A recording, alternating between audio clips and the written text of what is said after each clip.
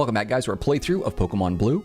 This particular episode is very special because in this video I'm going to show you everything you need to know on how you can encounter Mythical Pokemon number 151, Mew, in the wild. This process will work not only for Pokemon Blue version, but it'll also work for Pokemon Red version and Yellow version. It'll work on Virtual Console, it'll work on emulation, and it'll also work on the original cartridges for Pokemon Red, Blue, and Yellow as well. The process for this is very specific. We have to kick off a sequence of events. We have to follow them in order very early on once we've arrived at Cerulean City in order to make all this work. If you've gone too far, or if you've already done something that interferes with this sequence, then you won't be able to get Mew this way. There are a bunch of ways to run into Mew by triggering glitches and other things into the game, but this is the one that I find to be the most simple and easy, and it's also the one that is the most early on in the game that I know of, and it's also my most preferred method to do it, which is why I'm showing you. We will touch base on all that stuff, and all the specifics. I will go through all of it with you. I do advise that you watch the video from start to finish first before you try to follow along with the process, just so you know exactly what to do. If you have questions, obviously feel free to leave a comment and I will try to answer them as best I can, but also don't forget to take a look at the description box because I'll provide details and stuff there as well. That being said, there are two trainers to the north of where I'm at right now that we need to interact with in a specific order, in a very specific way, in order to run to a wild Mew. After you have cleared out Nugget Bridge, there is a rival battle there. There's a forced, non-optional battle with your rival there. There are 5 trainers on the bridge, and then a 6th and final trainer at the end, which is a Team Rocket member who is trying to recruit you. You need to beat all them. After that, you have to be very careful about who you fight because the trainers there in that order are important, and I'll show you all that stuff. To the left of Nugget Bridge is a patch of grass on Route 24. In that patch of grass is a trainer. Avoid him. Okay, do not fight that trainer. If you have interacted or encountered or battled that trainer already, then the process won't work for you. If you haven't, you're in good shape. To the northeast, on Route 25, again, I will show you all of this. To the northeast in the top right, there is a youngster with a level 17 Slowpoke. That trainer we are going to battle as well in order to trigger Mew. Okay, I will show you all this stuff. If you've battled that trainer already, the youngster with the Slowpoke, then the process won't work for you. If you haven't, you're in good shape. Okay? Now that I've said all that, let's focus on what we need to get prepared for this. First, you're going to want to stock up on as many Pokeballs as you can, simply because you're going to need to catch 2 Pokemon for this. One, an Abra who knows Teleport, because that's significant to this. You need to do that. Okay? And then, of course, the Mew itself. Mew appears at level 7, which is a pretty low level, but it's still very difficult to catch, so you want to make sure you have plenty of Pokeballs to counter that. Great Balls and Ultra Balls are not available yet, so you only have Pokeballs at this point in time. Okay? All right, once you've got your Pokeballs, let's go ahead and get moving. You will also want to have Pokemon that know some sort of sleep or paralyzing type move to make it easier to not only catch Abra, but Mew as well. So I highly encourage that. Make sure that you have those on your team. For me, I have a Pikachu that knows Thunder Wave and a Jigglypuff that knows Sing. You can catch Pikachu as early as Viridian Forest. You can catch Jigglypuff just outside the entrance of Mount Moon after you've gone through Pewter City. And then, obviously, there are plenty of other bug and grass-type Pokemon that know sleep and paralyzing moves as well. So just pick whatever makes sense for you, but you probably want to have them, okay? Now, just ahead of me is Nugget Bridge. If I move forward, I will run into a forced battle with our rival. I've already done that, just so I can show you the video. So be prepared, though. Be prepared to fight him, beat him, whatever, and then go heal up and come back. Once you come back, defeat all these trainers on Nugget Bridge. Again, they are not part of this process. We're just clearing them out to make this whole thing easier. Clear these 5 out, and then take on this guy right here. This is the Team Rocket member. He's the 6th and final member of that. He'll try and recruit you. You can't accept, obviously. Defeat him, get the nugget, whatever, save it, okay? From this point, okay, I recommend just saving your game and then watching what I do and then continuing from here. To the left, the bottom left down there, that patch of grass, there are 2 things you need to know about it. 1, there is a trainer in that grass that you need to avoid. Do not interact with him in any way, shape, or form because it'll break the process. 2, that patch of grass is also where you can catch an Abra. We need Abra. That trainer right there who's now in my line of sight, do not interact with him, but feel free to drop down in the patch of grass, catch your Abra, and avoid him at all costs, okay? Once you've defeated all the trainers on Nugget Bridge and gotten your Abra, come up here. This is Route 25. You can also catch Abra here if you want. It's totally fine. Okay, in this frame, there are 3 trainers. Defeat them. Again, this is not part of the process for catching Mew. You're simply defeating them to get them out of the way so they don't interfere with the process. Once you have defeated all of the trainers on Nugget Bridge and the Team Rocket member, and you have gotten Abra, and you've defeated these 3, you can start the process. Aside from that trainer back there in the grass that you do not want to interact with, the other trainer is the one right in front of me. Not the rock, obviously, but 2 spaces ahead. The rock, the blank space, and that trainer right there is the youngster with Slowpoke.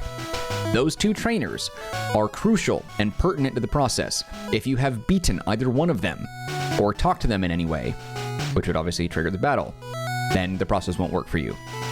This kid is important because for some reason, teleporting away from that other guy triggers the game into being in like a state in which it'll throw a random wild Pokemon at you.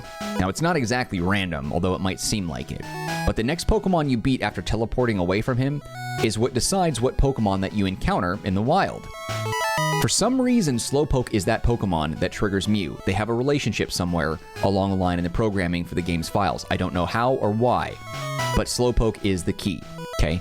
I have beaten all these 3 guys. I'm going to avoid that youngster for now, okay? So from this point, you should have an Abra. Hopefully you have some Pokemon that know some sort of paralyzing move, a sleep move, and you've defeated all the trainers that I've advised you to defeat, and you have left those 2 trainers alone that I've advised you to leave alone. You will come here.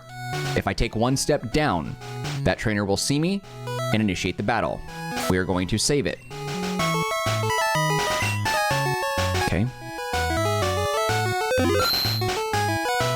Now that it is saved, we are going to take a step down, and I'm going to press the start button immediately. Upon doing that, I should be able to be like in his line of sight, but in my menu first, and I'm going to teleport away. What's going to happen is after I've chosen to teleport, a little bubble, a dialogue bubble is going to pop above his head with the exclamation point in it that triggers that he sees us. It indicates that he sees and is going to battle us. But we already chose to teleport away using Abra, and therefore we should be able to escape, okay? I'm not perfect. I have messed up this process many times. Save it right here, just to be safe, okay? Because if you mess up, that's fine. Interacting with him is the first step of the process, so just like you would save just before encountering Mewtwo or some other overworld Pokemon, treat it like that. Save right here, and then let's try, okay? Step down and start. All right, there we go. Now, as you can see from that little, like, jump cut there, it was a tiny little edit that I made. I did screw up the first time. That's perfectly fine. It took me a few times, and we got it. I was able to open up the menu while being in his direct line of sight. As I mentioned, it is so important to save before you see him, so that way, if you screw it up, like I did multiple times, you can go ahead and just, you know, try again until you get it right. No big deal. All right? We're going to go to our Pokemon, we're going to go to Abra, and we're going to teleport away. This guy's going to try and engage us in battle, but we are out of here. All right. Now that we're at the Pokemon Center, we're going to go back to that youngster and his Slowpoke. Now, this is really important because any Pokemon that you encounter now is going to be the deciding factor on what appears for you. And what I mean by that is avoid any wild Pokemon, avoid any trainer battle. The next Pokemon that we fight, no matter what, has to be a Slowpoke in order to trigger Mew. There is a weird program-coded relationship between Mew and Slowpoke for some reason. Encountering Slowpoke is what triggers the Mew. Teleport away from that guy so you don't fight him. Go fight a Slowpoke somewhere, in this case, this trainer, and then Mew will appear. If you encounter any other Pokemon first, then some other Pokemon will appear instead of Mew. It's weird. I can't explain how it works. That's just how it is. Now, this youngster has that level 10 Slowpoke I told you about, but we have to make sure that we encounter him in a very specific way. Do not just walk right in front of him so you're just the next tile or square ahead of him. Walk up here and have him walk to you. If you don't, it's not going to work. So he has to walk to you, just like that. Okay, and then from here, the battle is just like any other battle. There's nothing special or unique about it. Just defeat his Slowpoke and move on. For me, my level 23 Pikachu should be able to defeat his Slowpoke in about 2 hits with Thundershock. I'll hit him with Thundershock, it'll do significant damage, he'll hit me with Confusion, and then I'll hit him back, and then he should be defeated. He does some damage, and then I deal some of my own, and then it's over. Once the battle is done, he will have his normal dialogue, he'll give you your prize money or your winnings, as it were, and then you're going to teleport back again to the Cerulean Pokemon Center, okay? Now, depending on which one that you want to give a try to, of how you want to approach Mew, I'm going to go ahead and use Pikachu's Thunder Wave. I do not believe you can put Mew to sleep while he's paralyzed. I'm not even sure if Mew can actually handle getting hit by Sing. It might not even work. I don't know. But Thunder Wave works. Anyway, once you get to Nugget Bridge, your menu is going to open automatically and a trainer will appear in the top left. That confirms that the next encounter that you have is going to be Mew, and to trigger that, all you got to do is back out of the menu. And there it is. I've ran through this process a few times just to make sure that I was able to cover every single aspect of how to encounter Mew, how to best capture it, etc. I have found that Pikachu can definitely hit it with Thunder Shock and not knock out Mew. Mew can take the hit. A level 23 Pikachu can hit it with Thunder Shock and Mew does not get KO'd. I'm not going to do that though. I'm going to be safe about it and I'm going to hit it with Thunder Wave. Okay, that paralyzes it. I did try to use Jigglypuff in a previous cut of the video to use Sing on top of Thunder Wave, but it didn't work. Okay, so we're going to just switch over to Magikarp, being that it's a lower level, it's closer to that level 7 as it's level 15, and we can chip away at its health with Tackle. Mew at level 7 will only know Pound for now. Oh, wrong move. Will only know Pound for now, so you can take the hits. At 3 damage each, it's not that big of a deal. So my level 15 Magikarp, despite it being a Magikarp of all things, no worries. I'll do my damage, I'll chip it down as low as I could possibly go, and I should be able to catch it eventually. Usually, the first Pokeball will not capture Mew. It's not very often I've seen that happen. Sometimes, in fact, when you throw a Pokeball, it might even say you missed the Pokemon. Not even that it, like, captured Mew and then he broke out of it. You'll throw the ball and it will say, like, you missed. So just keep throwing as many Pokeballs as you have at it. Eventually, you will catch it. I'm not sure. The HP damage that I was dealing there to Mew with Tackle makes me worry that if I tried one more time, I might KO it. So we'll throw a Pokeball. Okay, so he broke out of that one. Sometimes it says you missed. No big deal. Usually this takes a few. I'm not too worried about it. He can knock out Magikarp. It doesn't really matter to me. I will be able to capture this thing regardless. It usually takes a handful of balls. And there's no Great Ball or Ultra Ball this early on, so you just have to throw whatever Pokeballs you have. But don't worry, you will eventually catch it. But I think it's wise to have between 30 and 40 if you can afford it, just to be on the safe side.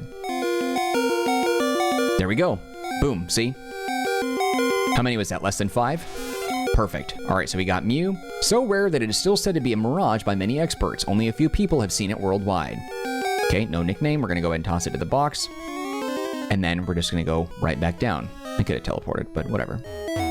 Okay, we're going to go into the Pokemon Center now. I'm going to deposit my Jigglypuff because I don't need it. It turns out it wasn't even useful to me. Like I said, I ran through this scenario in a bunch of different ways just to make sure I could cover all bases. And after paralyzing it with Thunder Wave, Sing didn't work. So I was like, okay. Jigglypuff is useless there. Goodbye. Okay, withdraw Mew. Okay, let's take a look and inspect our Mew. Stats. Attack and defense. So this is interesting. So the stats seem to be random. In an earlier iteration, when I was testing all this, I caught Mew and its attack and defense were 20, speed and special were 19. So it is random that the stats are going to be generated in this way. 20, 19, 20, and 20. So that's different than the last one that I caught. But regardless, those are some pretty decent stats, I think. And he only knows Pound. There we go. We got ourselves a Mew in our Pokemon Blue version. But as I said, this will also work in Pokemon Red version and Pokemon Yellow as well. It'll work on Virtual Console, emulation, and the original cartridges. So you can follow this process for any game that you're playing. We'll heal up. Mew is going to stay as a key member of my team now. So we're going to go ahead and add it there. And there you go. Cool. All right, my friends, that is a wrap on this video. Hopefully you found it useful in some way, and hopefully you now have a Mew ready to back you up when you take on the upcoming gym leaders. For me, the next one is going to be Misty, as well as a handful of trainers over on Route 25 in the Northeast before I get to Bill. It's very early on to get a Mew, so hopefully you find that useful. I can't imagine that you don't, but if you did enjoy the video and you found this helpful in some way, show your love by hitting the like button. Do not forget to subscribe to the channel if you haven't done that yet. Any feedback for me, leave it in the comment section. I'll get back to you as soon as possible. Also, don't forget to take a look at the description box. As I mentioned earlier, there are some key details and instructions there that you might find useful if for some reason the video didn't help, but hopefully that did. There's also some links down in the description box that you might find useful, one of which is a link to the Marcanine community Discord server. If you want to be part of that group, you can chat with me directly. There's also a link to geekoutpost.com, an entertainment media blog that I own, operate, run, manage, design, and write for. It is a great place to stay up to date on the latest entertainment and gaming news, reviews, and rumors if you're into that kind of thing. Otherwise, just know I appreciate you and your time, and hope to see you when we continue with more of our playthrough of Pokemon Blue right here on the Marcanine channel. New episodes debut daily at 10 a.m. Pacific Standard Time. All right, guys, that's it for me. Take care of yourselves. Be well. I'll see you later.